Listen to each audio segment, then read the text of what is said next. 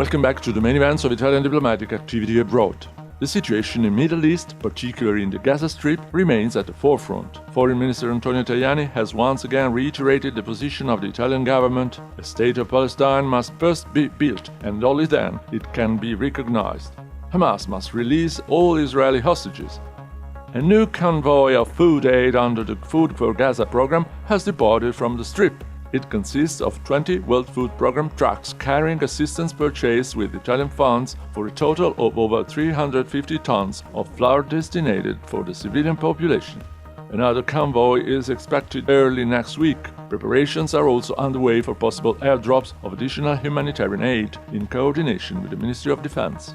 On August 5, Prime Minister Giorgia Meloni traveled to Belgrade for a bilateral meeting with the Serbian President Aleksandar Vučić. She was welcomed by the Italian ambassador to Serbia, Luka Gori. The meeting focused on bilateral relations between Rome and Belgrade and the process of Serbia's accession to the European Union.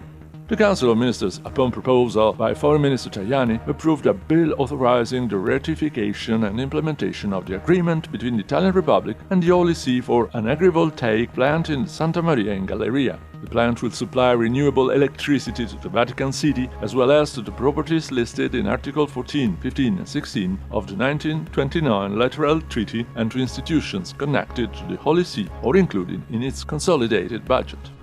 Following the first meeting chaired by Minister Tajani with Italy National Agency and key business associations, a tariff task force has been established at the Ministry of Foreign Affairs, equipped with a dedicated phone line and email. The task force held its first meeting on August 4, attended by around 70 business associations.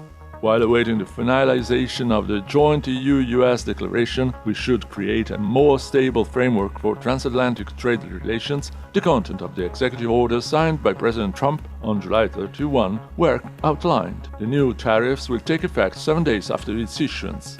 On the 1st of August, the 50th anniversary of the signing of the Helsinki Final Act was celebrated. The act affirmed that peace and security are built through dialogue among nations, respect for sovereignty and territorial integrity, economic and environmental cooperation, and the protection of human dignity and fundamental rights.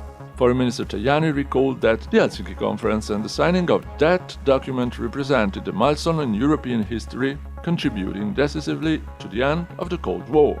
President Sergio Mattarella has granted agreement for the appointment of Thomas Bacher as the new ambassador of the Federal Republic of Germany to Italy. Bacher has served as Undersecretary of State at the German Foreign Ministry since 2023.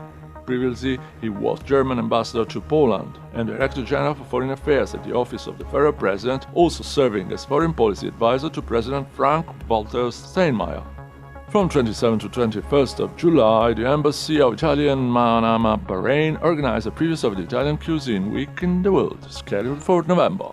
The event featured a 5-day pasta masterclass led by young chef Francesca Bottacci in collaboration with the Ministry of Youth Affairs as part of the Youth City 2030 Festival.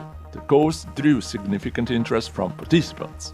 Just over a month after the passing of Arnaldo Pomodoro, the Italian Cultural Institute in Beijing organized a conference at the Chao Arts Center, one of China's major hubs for contemporary art research, dedicated to the renowned sculpture.